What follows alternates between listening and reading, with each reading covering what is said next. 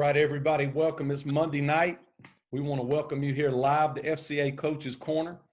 We have a very special guest in the room with us tonight, but before we do that, I want to start like I always do. It was Billy Graham that once said, one coach can impact more young people in 1 year than most people can their entire lifetime. And the two most important words on any college campus, any locker room, any school, any playground, any gym, anywhere in the world are coach said. And at FCA, we take that very seriously. And at North Carolina A&T University, especially with the running backs, coach said means something wonderful. Not only is this a great coach, was a great player, but this is a great man of God. And we have Coach Shawn Gibbs, the running backs coach and recruiting coordinator at North Carolina A&T in the house tonight. Coach Gibbs, thank you so much for coming on here tonight. Thank you for having me. Pleasure to be here. Absolutely. Before we get started too much, hey, talk to us a little bit about your family. Tell me about your family and introduce us to everybody. Okay, well, of course, you have to start with my beautiful wife, Tiona. I have two sons, Tyler, who's 23, and I got a 5-year-old, Shawn Jr., who keeps us all busy. Oh, my goodness. So you are busy. That's quite an age difference, too. I love that kind of thing. Absolutely. Oh, my wife had a little brother. I was dating her at the time. I've been my wife for her, but she was 17 when her little brother was born. So that's a fun time right there. So, hey, thank you for that. Hey, I got one thing I want to do, if you'll indulge me here, Coach. Okay. I'm going to share my screen. I've never done this before. I got something I need you to talk to for us. About with us. Can you see that screen right there, Coach? Yeah, the rings, the championship. Yeah, explain all that to me, man. That's a lot of rings, man. Explain those to us a little bit, Coach. Well, those are some of the rings that we've accumulated here at North Carolina A&T. We've been lucky enough to win 4 HBCU national championships and 6 MEAC titles.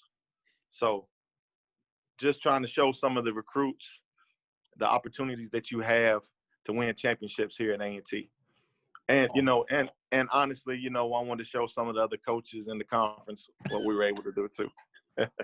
Hey, maybe that's why the good Lord I never won any kind of ring like that. So maybe the good Lord knew what he was doing, because, man, I would have been twice as worse as that, Coach. Man, I'd have been blinging all over the place. So I think maybe I just wanted to have a little fun with that tonight. But thanks for indulging us on that. But, yeah, Coach Gibbs has been a lot of places. Now, help me out now. The first thing I remember about him is Owen High School. He was one of the best running backs, folks, in Western North Carolina history. At Owen High School, they ran an offense called the Stampede. Coach Ford named it that, but it was really the Notre Dame Box, and he called it Stampede. And after Owen, correct me if I'm wrong, Coach, you went to North Carolina Central on an athletic scholarship, and were one of the top rushers in the history at North Carolina Central University. And then you got into coaching with Grambling, North Carolina Central, and with Coach Broadway, and you ended up at North Carolina A&T. Is that kind of the journey, Coach? Yeah, I actually started off at North Carolina A&T in 2002, and under Coach Bill Hayes, who's one of the greatest coaches in the history of North Carolina. He's actually in the North Carolina Athletics Hall of Fame, and unfortunately, he got fired after that season, and our offensive coordinator got a job at Central with Coach Broadway, and he recommended me to Coach Broadway, and that's how I ended up with Coach Broadway at North Carolina Central. And then from there, I just stayed with Coach Broadway throughout his whole career as a head coach. Yeah, that's a good guy to be with. I mean, he won everywhere he's ever been. And yeah, those rings just tell the whole story. Why did you get into coaching? What's your path? What's your why on that, Coach? What got you into all this? Well, I would say number one is my love of the game. I just flat out love the game of football. My father was a semi-pro football player up until the age of 44, 45. I'm 45 right now. So up until the age of 45, he was playing semi-pro football for the Grizzlies. So I got an opportunity to watch him play and his friends, and I was just around the game constantly. So I fell in love with the game at the age of 5. And in '97, when my career ended, there was something missing. So I needed something else to fill that void. So I got into coaching, and then I learned once I got into it that the real reason that God brought me to coaching was to try to make an impact on the lives of these young kids. So all those rings, and I'll put that up there for another reason as well. Mm-hmm. All those rings, Coach, and all that success you guys have had, more rings than most people can even dream about in a lifetime, for championships and things like that. What would you say is a win for you? You kind of talked about that a little bit with your why into coaching. What does a win look like for Coach Shawn Gibbs? Well, a win is paying close attention to detail and doing your very best. If you pay attention to detail in anything that you do in life, and you give your very best effort, that's a win. And in football, it doesn't matter what the score says. If you do those two things, you've won the game. Fortunately, if you handle those two things, then you're going to win more games. You're going to lose anyway. So winning takes care of itself. But paying attention to detail, doing the little things make the big things happen, and putting forth your best effort, that's a win. Wow, that's good advice too, and I like how you related it to life too. Not only just football, but in life as well. Most coaches on here, I haven't had a coach on here yet that said a win is something on a scoreboard, and that's powerful coming from you, Coach. All right, there's a guy that plays for the Bears. He got hurt this year. There's an all-pro running back for the Bears. Tell us a little bit about him, because I know you coached him. Yeah, well, Tariq Cohen. Probably arguably the best player in the history of North Carolina A&T. One of the top two. We also have Elvin Bethea, who's in the NFL Hall of Fame, so it's hard to put Tariq above him. But at least in modern A&T football, Tariq would be considered the best player. He was a kid that didn't have any scholarship offers other than North Carolina A&T. And we were late to offer because, like everybody else, we watched him on film, and he looked like a little tiny guy, so we didn't know if it was worth the investment. But, fortunately for us, Coach Oliver, who was the recruiting coach for Tariq, stayed after it, kept bringing him up, and finally convinced Coach Broadway to go down and see Tariq in person. And then when he saw him in person, he realized that he was just short. He wasn't small, put together. So we gave him an opportunity, brought him in. And I'm going to say the fourth game of his freshman year, we ended up putting him in midway through the first quarter, and he finished the game with 300 all-purpose yards. And the rest is history. But the thing I would tell everybody about Tariq that makes him different is just the way that he approaches everything. It's not just the way he plays. It's the way that he lives. It's the way that he practices. It's the way that he believes in himself. He's just an all-around person, and pleasure to know as a man, and even more of a pleasure to coach. Yeah, everything I've heard about him. I mean, I was lucky enough to have one of my players play under you, Coach, and I'm sure Rev and AJ are watching this. AJ McMahon was a fullback for me at Hendersonville High School, and AJ got to be in block in front of Tariq some there at North Carolina A&T. So I've heard firsthand from them watching and just the amazing things that he could do. And I know that AJ loved playing for you, and I know his dad loved him playing there because he was taken care of by you guys. So, Coach, what's your greatest memory? You had all those rings, and you've been at a bunch of different schools. But if you could narrow it down for everybody watching, what's your greatest coaching memory? Well, it's really two, and they both deal with the Celebration Bowl, 2015. We played Alcorn State in the first Celebration Bowl. a lot of people didn't give us a chance. We were co-champions of the MEAC, so we went into the game. Alcorn was a powerhouse. They were averaging close to 400 yards rushing and were very good on defense. And little old North Carolina A&T wasn't going to be able to play with them. And what it ended up being was a coming out party for Tariq. He ended up with 295 yards rushing in 3 quarters. He would have had over 300, but he didn't eat breakfast, so he got sick and missed the whole quarter because he wasn't hydrated, and we had to get him some fuel in him. But I would say being a part of that first championship is definitely one of my fondest memories. And then the other one would be same game in 2017.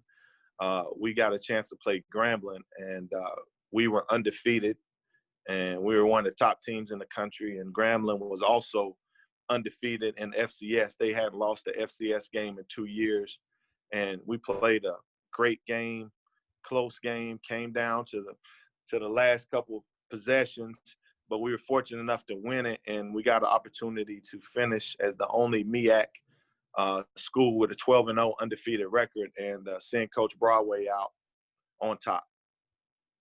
Oh, that's awesome, and I watched both of those games on TV. Yeah, that's just amazing, the things that you guys accomplished. Because I know I had a kid that was offered by A&T early on, and he had committed with them, and then he went down. He ended up going to Coastal Carolina. You know how teenagers are, Dominique Whiteside, but Right. I don't know if Coach Broadway was there or not at that time. But I looking back, that would have been tough to turn down to play for a group like you guys. But hey, so you named Tariq Cohen, and so if you don't mind, and if you don't want to, you don't have to. I know you don't want to leave people out, but talk about some of those great players that you've coached. Let us in on some of that. Who are some of the great ones you've coached besides Tariq? Well, let me start somewhere that most people don't even recognize. Okay, and the success that we've had in the backfield at A&T is documented. We've had the leading rusher in the conference 8 of the last 9 years. We've had first team all conference guy 8 of the last 9 years. We've had 4 different offensive player of the year awards, 5 counting this year. So we've had a lot of accolades amongst the running backs here, but the people that kind of get overlooked are our fullbacks. And we've had 3 phenomenal fullbacks that a lot of people don't know about. The first one would be AJ McMahon from Hendersonville. And I can say this about AJ, absolutely, without a doubt, the smartest football player that I've ever coached. Without a doubt. Could make adjustments on the field that most kids just couldn't do. And after AJ left, we had a young kid named William Hollingsworth from Plymouth, North Carolina, who was the most physical player that I've ever coached. And he did a good job for us, started for 2 years. And then after he left, we had a guy last year named William Simpson. We called him Trouble, 5'11", 290-pound fullback, who was kind of a combination between AJ and Hollingsworth. He had AJ's wit and a little bit of Holly's aggressiveness. So, I like to talk about those guys because a lot of people never give the fullback any credit. And, that's a position that not a lot of people play with anymore. Other than them, I've had the opportunity to coach Greg Pruitt Jr. I think, a lot of people know his father, right. Greg Pruitt Sr., who played at Oklahoma. I coached Greg at North Carolina Central, and he's the all-time leading rusher still at North Carolina Central. And Greg was a tough guy. He ended up getting a free agent deal with the Baltimore Ravens. Frank Warren was a guy I coached at Grambling. Great story. Frank's freshman year, we had 5 freshman running backs. We had 2 seniors. They ended up quitting. So we ended up going into the season with 5 freshman running backs that had never played. And when we were in what I call the underwear Olympics in preseason, when we just had a helmet and shorts on, Frank was 5th.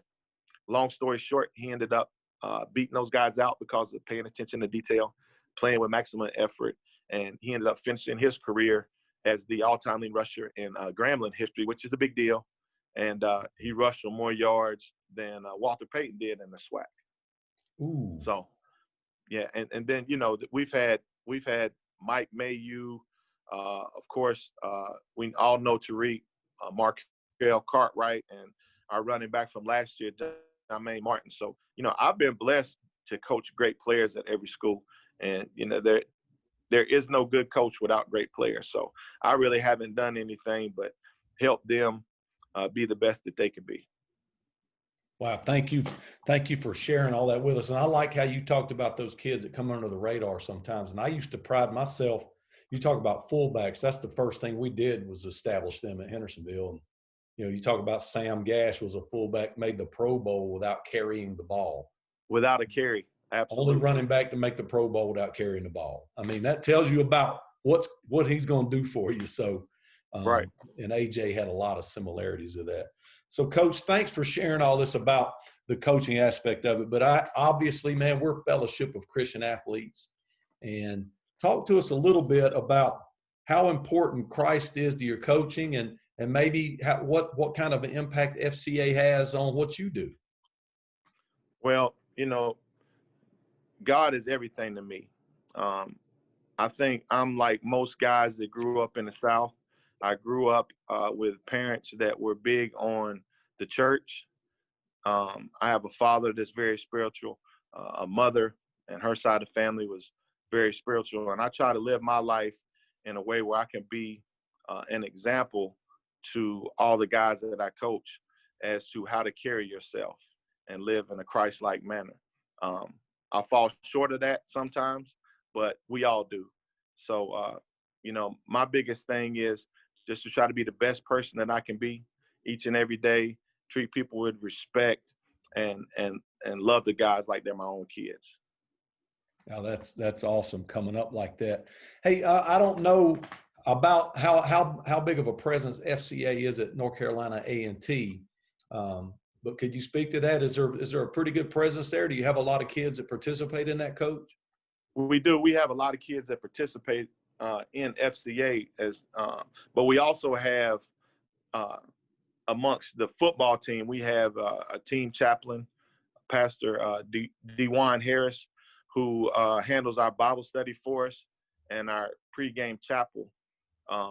And we just had Pastor Joe from Mount Zion down here in Greensboro speak to the team. So we try to give them an opportunity to get as much spiritual awakening as they can. Every camp that we've had since we've been here, we take the kids to at least 3 different churches around the city so that they can have an opportunity to find a church home. For those that are coming for the first time, really don't have an idea of where they could go worship. FCA is a big part of A&T, and we try to give these guys an avenue to express themselves spiritually. Oh, thanks for sharing that. As we all like to do with our players, it's a big deal when a coach puts God first, because Coach said sometimes makes me cringe, but I love it when coaches put God first and the fruit that comes from that. Hey, Coach, I always like to give everybody a chance to do this. Advice to young players coming up or even their parents. What's some advice you would want to give a young player watching this, or their parents, or somebody maybe even wanting to play at the next level? Speak to that for me. Well, 2 things. The first thing I would tell them is to listen. That's an art form that a lot of kids don't understand anymore. Just number one, listen. Bruce Lee has a famous quote that I like. He said, adapt to what is useful, reject what is useless, and create what is specifically your own.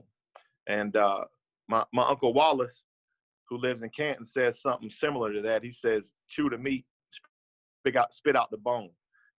So what that says to me is, a wise man learns from the mistakes of others, and a fool learns from his own. So you have an opportunity as a young man to be surrounded by coaches who've gone through the things that you're about to embark on. So listen to them, take advice from them, and try to learn from their mistakes. Don't make the same mistakes that they make. And then secondly, you know, for guys that have the ambition of playing in the NFL, I'll tell them the same thing I tell my guys. There's one thing that I can say that I've seen from the guys that made it to the NFL from North Carolina A&T. And to a man, the guys that are in NFL right now are the guys that were the hardest workers on the team. Now, you know, some of them were blessed with some height. You know, we got a kid with the Bills that's a defensive end that's 6'5", 250, and our tackle with the Raiders is 6'7", 314. So they, you know, they have some God-given ability as well, but they were the hardest workers on the team. And if you have ambitions of playing on the next level, that's what you got to do, you know, because you're going to run into somebody that has the same ability as you do eventually. What's going to separate you? What's going to separate you is how hard you work. And so listen, and if you want to make it, be the hardest worker on the team. For parents, the advice I would give parents is to eventually you gotta let the kids learn on their own. I see a lot of parents now that I mean, personally for me, one thing I can't stand is for a mother to call me about her son. I can deal with a father, but for a mother to call me about her son, it kind of turns me off a little bit, because I'm like, well, why isn't he calling me? Like when he comes to school, he's going to have to do things on his own. So go ahead and allow him to do things on his own right now. Teach him how to work on his own and go after what he wants on his own. You can't do everything for him. You know, sometimes you gotta let them loose and let them figure things out on their own a little bit. You know, you can be there for advice, but let them grow up. I see a lot of that now where, you know, parents want to do everything for the kid. And I get it. Trust me, I get it. I have kids of my own. But I think the best thing for them is they got to learn how to do things on their own. They got to learn how to take care of their own business. Oh, that's great advice. Coach, I don't know if you know it or not, you just preached a sermon. That's biblical, man. I mean, think about God. We have free will down here. God gave us the ability to learn and choose as we want to and make our own path and our own decisions. So what you said is so true. And as a parent too, it's hard, man, because that's your heart laying out there. But wow, what great advice. Absolutely. What great advice. Coach, if you don't mind, as we wrap up here in a minute, when we close out, I'm going to, if you don't mind, pray us out of here in just a minute. But if you don't mind, let me talk about next week real quick. Okay. We've got Marquinus Jones. He's the current head basketball coach at East Henderson High School here, and he was the head coach at Limestone College for a while. But he's going to be in here with us next week. Very similar to Coach Gibbs. Very, very, very strong Christian man. Very good coach, character. So we're looking forward to that. But Coach Gibbs, we thank you for being in here. And if you don't mind, I'll pray us out. Then I'll get a few more comments from you as we get out of here. So I'll pray real quick. Dear Lord, and we just thank you so much that Coach Gibbs would take time out of his schedule to come on here and share with us on FCA Coach's Corner, dear Lord. Coach said means a lot at North Carolina A&T, and I know firsthand from having a kid that played for this man, dear Lord, that what he stands for and how he operates. And we are so blessed that kids have someone like that to play for. Just we pray a blessing over Coach Gibbs and his family and over North Carolina A&T, dear Lord, in Jesus' name, amen. Coach, anything you want to leave with us before we get out of here? Well, I would just like, first of all, to thank you for having me, and to let anybody know that if anybody needs anything, you can always reach me. My email is ssgibbs@ncat.edu. And my Twitter is @Coach Shawn Gibbs. That's Coach SHAWNGIBBS. I love to help people. So if anybody just wants to talk, fellowship, whatever, clinic, whatever, just let me know. And wow, thanks again. And everyone, thank you for this 25 minutes we have together every Monday night. Thank you for watching. And next week, we'll be right back here at 7 p.m. So thank you so much, and everyone have a blessed evening. Thank you so much, Coach Gibbs. Have a great week. Thanks. You have a great week. Thank you.